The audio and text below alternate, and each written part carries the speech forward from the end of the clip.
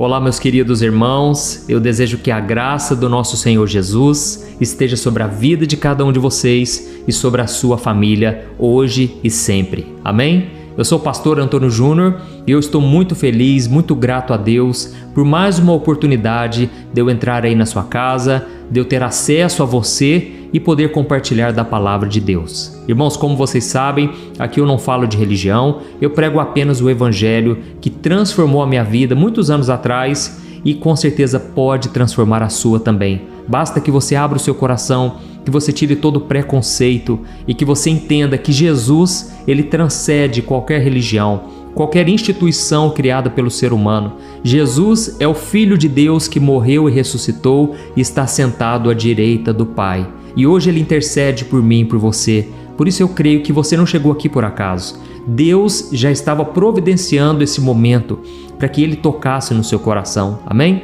Eu sei que eu estou falando aqui para milhares de pessoas, mas eu gosto sempre de imaginar que é você somente que está me ouvindo.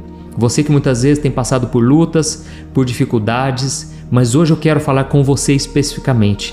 Você que se sente a pior pessoa do mundo, aquela pessoa indigna de ter um relacionamento íntimo com Deus. Se você reparar nas mensagens que eu trago aqui, são mensagens simples porque eu quero que você entenda que o Evangelho é simples. O próprio Jesus disse: "Eu sou o pão da vida, o pão que desceu do céu." Sabe por que Jesus se comparou ao pão? Porque o pão é acessível para todas as pessoas. Seja uma pessoa muito simples, em qualquer parte do mundo, ela consegue ter acesso ao pão.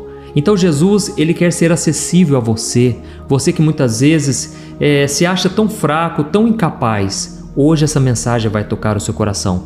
Inclusive, irmãos, o objetivo dessa mensagem é mostrar para vocês que qualquer pessoa pode ter um encontro com Jesus, pode ser transformado por Ele. Sabe o que acontece? Eu estava assistindo um vídeo no Instagram de uma moça contando o testemunho dela daquilo que Jesus fez. Foi um milagre. E ela estava emocionada. Só que aí, irmãos, teve uma pessoa que fez o seguinte comentário. Ele disse assim: por que será que as pessoas elas se convertem justamente no momento que elas estão no fundo do poço? Essa foi a primeira pergunta que eu li, que eu achei interessante, porque as pessoas têm uma mania de julgar, né?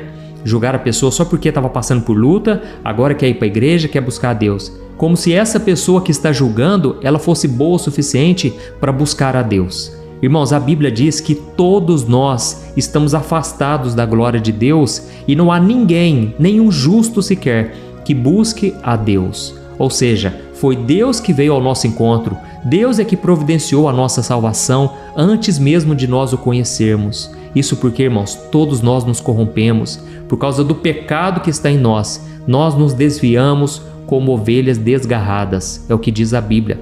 Mas Deus nos amou de tal maneira que Ele enviou Jesus para morrer em nosso lugar. E essa foi a maior prova de amor que alguém poderia fazer. O justo morrendo pelo injusto, o santo morrendo pelo pecador. Irmãos, não existe uma história de amor mais linda e mais profunda do que o amor de Deus por nós. Amém?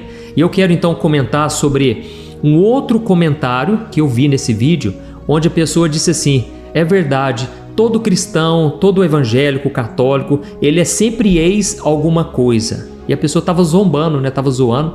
E eu pensei, é verdade, gente, faz sentido. Todos nós temos um passado que não é tão maravilhoso assim, né? Eu falo isso porque às vezes a gente tem mania de olhar para os apóstolos, olhar para os homens e as mulheres de Deus, e a gente começa a pensar: nossa, como essa pessoa ela é capacitada, habilidosa, ela é usada por Deus, e a gente se esquece que todos nós temos um passado. E então todo cristão, se for analisar, é verdade, todo cristão é ex alguma coisa, ex-mentiroso, ex-baladeiro, não é? A gente gostava de balada, de festa, de curtição, ex-beberrão, ex-drogado. Então, irmãos, todos nós temos um passado sujo, um passado no qual a gente se envergonha, porque grande foi a vitória que Jesus conquistou para nós e agora nós não queremos de forma alguma aquela vida que nós tínhamos antes. E isso se nós realmente nos convertemos de verdade, não é assim? E converter, irmãos, não é converter para a religião, não. Converter significa o quê? Você está indo num caminho e aí você faz uma conversão. Você dá meia volta e agora você vai no caminho de Deus. Você estava caminhando para o abismo, para o inferno, mas agora você está indo na direção da luz. Amém? Glória a Deus. Irmãos, hoje eu quero ler só um versículo para não tomar o seu tempo, mas antes eu só peço que você se inscreva. Clica aqui no botão inscrever-se, do lado vai aparecer um sininho. É muito importante você clicar no sininho e selecionar a opção todas, tá bom? Eu quero te ajudar na caminhada com Deus, na oração da manhã. Irmãos, eu vou ler só um versículo aqui e depois nós já estaremos orando. Eu quero muito que Deus te abençoe, Ele te renove e Ele te fortaleça em nome de Jesus. O versículo, irmãos, está lá em Isaías, capítulo 43, o versículo 1. Olha o que está escrito. Assim diz o Senhor, aquele que o criou, ó Jacó, aquele que o formou, ó Israel, não tema, pois eu o resgatei, eu o chamei pelo nome, você é meu. Amém? Olha que tremendo, irmãos. Talvez você não saiba, mas o contexto onde Deus falou isso aqui, quando Deus falou, é profundo. Sabe por quê? Deus acabou de dizer, ó Israel, eu resgatei você, eu te chamei pelo nome, você é meu. Só que, irmãos, o mais interessante é que nessa época aqui, Israel estava totalmente rebelde, estava totalmente desviado dos caminhos do Senhor. E mesmo assim Deus falou com o seu povo, você é meu, eu te chamei pelo nome, eu não vou abrir mão de você. Irmãos, olha a misericórdia do Senhor, olha a graça dele em relação à nação de Israel, e da mesma forma Deus tem compaixão de você. Amém? A Bíblia diz no Salmo 103 que o Senhor se compadece de nós, assim como um pai tem compaixão do seu filho, porque Deus sabe que nós somos pó, nós não somos nada sem Deus. Amém? Então, Deus falou com o seu povo justamente numa época que Israel estava rebelde, voltada para a idolatria, porque o povo de Israel estava idolatrando os deuses das outras nações, e também Israel estava pecando absurdamente. Sabe quando você perde aquele temor e aí você não tem mais nada que te segura? Assim estava Israel, achando que não precisava prestar contas a Deus, e então o pecado, a promiscuidade já tinha tomado conta de tudo. Mas foi então que a misericórdia de Deus foi demonstrada sobre este povo, através do profeta Isaías. Irmãos, muitas vezes, deixa eu explicar uma coisa, a gente está tão frio, está tão fraco espiritualmente, que a gente pensa assim, a única coisa que me sobra é pagar pelos erros que eu cometi, Deus não vai me ouvir, Deus não vai me perdoar. Irmãos, o que eu mais percebi na minha caminhada cristã é que quanto mais eu errava, mais a misericórdia de Deus me alcançava, mais a graça superabundava sobre o meu pecado. E talvez você pense assim, pastor, mas então é fácil, né? Você pode pecar à vontade e depois a graça de Deus vai ser maior ainda na sua vida.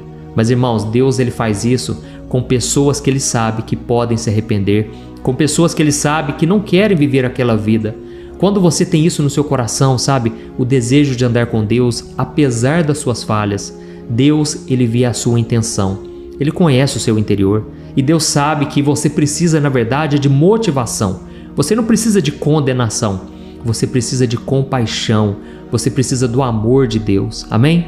A Bíblia diz que é a bondade do Senhor que nos conduz ao arrependimento. Então Deus sabe, irmãos, que é nessa hora que a gente já está mal, a gente está na pior, a gente não precisa que alguém chegue até nós e nos coloque mais para baixo ainda. Isso aconteceu, por exemplo, com Jó. Jó estava lá no fundo do poço, ele estava arrancando as feridas da sua pele com cacos de telha. Tamanho era o seu sofrimento, doenças pelo corpo todo, ele tinha perdido seus bens, seus 10 filhos. E ainda para piorar a situação, irmãos, 3 amigos dele chegaram até ele e começaram a dizer: Jó, você está passando por tudo isso porque você está pecando, você tem pecado escondido, você está fazendo alguma coisa errada, por isso que Deus está te castigando. Irmãos, Jó não precisava ouvir aquelas besteiras, sabe? E muitas vezes a gente escuta isso dentro da igreja, de pessoas muito próximas de nós, dentro da nossa casa.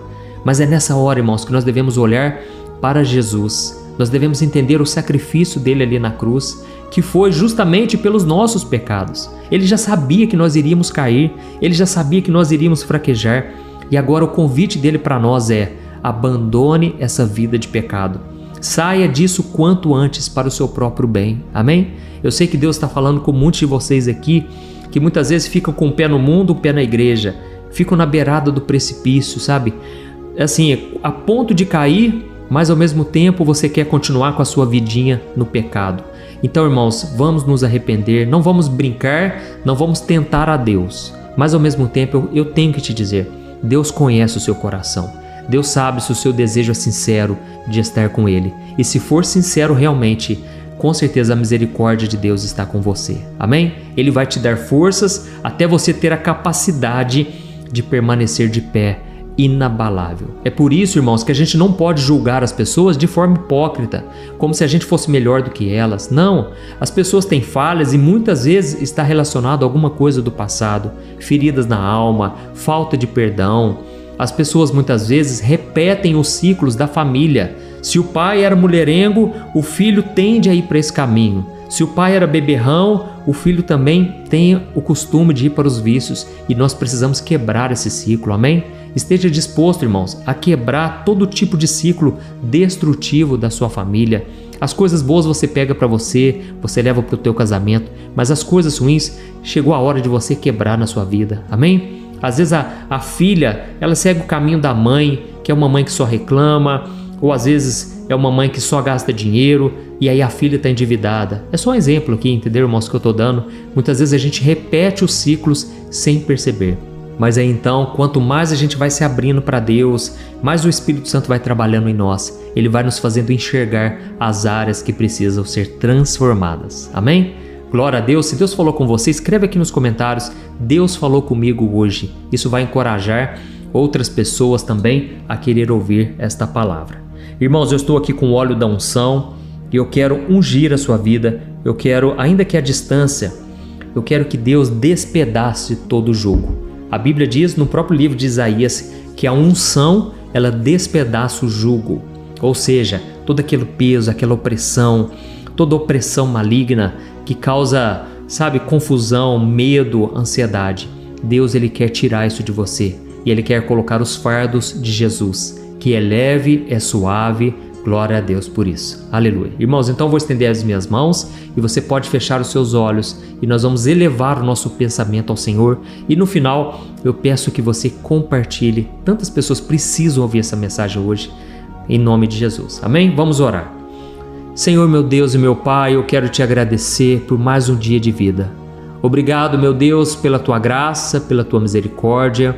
Obrigado pelo teu favor que nós não merecemos. Jesus, o Senhor nos ama antes mesmo de nós o conhecermos e nós te exaltamos por isso. Obrigado, Senhor, por tudo que o Senhor tem feito em nossas vidas. Obrigado por ter nos tirado das trevas, do pecado, da prostituição, da promiscuidade, daquela vida fútil que nós tínhamos, meu Pai. Ó Senhor, eu creio que hoje o Senhor tocou em muitos corações, muitas pessoas que não se acham merecedoras do teu amor. Senhor, meu Pai, revela a elas a tua graça, a tua misericórdia, principalmente quando nós estamos mais precisando de um abraço, de um carinho, de uma demonstração de amor. Ó Senhor, visita os teus filhos neste momento. Eu estendo as minhas mãos para cada um e eu te peço, meu Pai, que esta unção despedace todo o jugo, jugo de Satanás, jugo do pecado, jugo deste mundo, Senhor. Ó meu Deus e meu Pai, quebra, meu Pai, todas as amarras do inimigo, todas as cadeias espirituais caiam por terra no poderoso nome de Jesus. Quantos casamentos agora, meu Pai, estão brigados, estão discutindo sem razão alguma e muitas vezes o diabo está por trás disso. O diabo é o causador de contendas. Senhor, meu Pai, entra nesta família, esta mulher que agora chora porque o marido tem tratado com desprezo, não tem valorizado. Este homem também, meu Pai, que se sente mal amado. Este homem que as pessoas à sua volta não reconhecem o seu valor. Ó Senhor, meu Deus e meu Pai, eu te peço, renova, Senhor, a alegria, renova a fé, a esperança. Quantas pessoas agora, meu Pai, em depressão, estão na cama, não têm vontade nenhuma de tocar a sua vida, de ir atrás dos seus sonhos, dos seus projetos. Senhor, meu Deus, tira-nos desse vale, tira-nos desse fundo do poço e escreve uma nova história para nós, Senhor. Nós precisamos de Ti, meu Deus.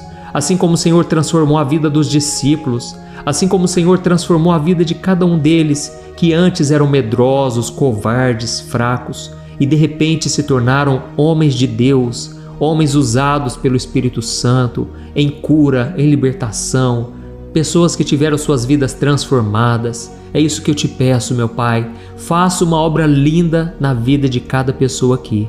E essa pessoa que nunca entregou sua vida para Jesus, Pai, receba esta oração que ela está fazendo, pois neste momento ela está se arrependendo dos seus pecados, está clamando por Jesus, está pedindo para Jesus entrar no seu coração e na sua vida.